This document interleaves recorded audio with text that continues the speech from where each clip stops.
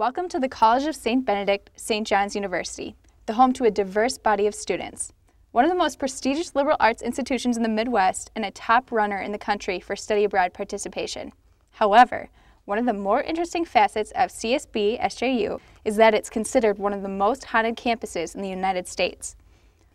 While most of these young men and women spend their time studying, stories and occurrences of the paranormal interrupt, making for well-known, chilling tales that may or may not be true. The school has tons of stories to choose from, but three tend to stick out in the majority of students' minds. Firstly, there's the story of the chapel bell on Lake Sag. Well, there's the ever-famous little chapel ghost story. Upon building the little chapel on the other side of Lake Sag, the monks decided that they needed to bring a church bell out there to complete the church. So one monk volunteered for this job. There was two monks. There was this monk, a couple monks. The two monks in the boat. Who decided they were gonna row a bell over to the chapel on the other side of Lake Sag. So they started off on their journey and got about halfway. The bell is super, super heavy. It's like cast iron, 400 pounds or something. And like something happened, there was like an accident. The boat capsized with the weight. And one of the monks got caught on the bell and it dragged him down to the bottom and he drowned. And then the other one survived and he like swam to the shore. And one of the monks got his rope belt thing stuck on the bell and it dragged him down. But all of a sudden he went under the water and never came back up. And he died. But they never found his body and they never found the bell.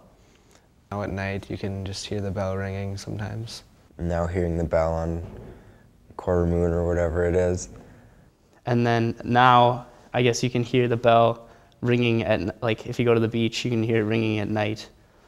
It is said on the quarter moon, you can hear the bell ringing across the lake and the monk haunts the woods. And then there's the story of the woman who committed suicide in the main building. The one that I think is most crazy is About the suicide in the main? the main building over at St. Ben's used to be an insane asylum. So she was completely depressed and it was ridiculous. One of the mentally ill people were in there, killed themselves, and a girl who died. And so she went into the main and she hung herself. Some people say that on the 4th floor there's a door where they actually locked up a room. Now it's like all closed off so you like can't get to it at all. Because of screaming voices of a girl who died. And now that they haunt that room forever. That's the real story. And lastly, the chilling tale of the exorcism on the top floor of the quad. I heard up in the quad. There is this blue light, You can see a blue light. A blue light at the top of a tower. but no one knows what the source of this light is at all. I guess there was an exorcism in there and it went bad and this demon is like up there and he's like the blue light. Is ghosts or something like that. Other people say it's plants. And so it's always lit up, like when the power went out, the blue light was still lit up. It's always there, so you can always see it. That's scary. There are no historical records to document these events. Maybe because they're old incidents, not recorded or preserved correctly, possibly because they were meant to be kept quiet so that few would find out about them.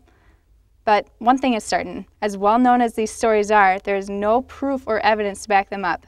To your average student on this campus, word of mouth is the only source of information on these tales. The strong community ties of CSB, SJU may be the reason that these seemingly empty stories are so well known. It's tradition and pure fun that keeps them fresh in students' minds, not logic or evidence. Word of mouth on the St. John's, St. Ben's campus, like any other campus in the United States, has proven to be an effective way of communicating these tales and scaring each other for the enjoyment of it. It's the bonding, tradition, and community that keep these stories alive, whether they are fact or fiction.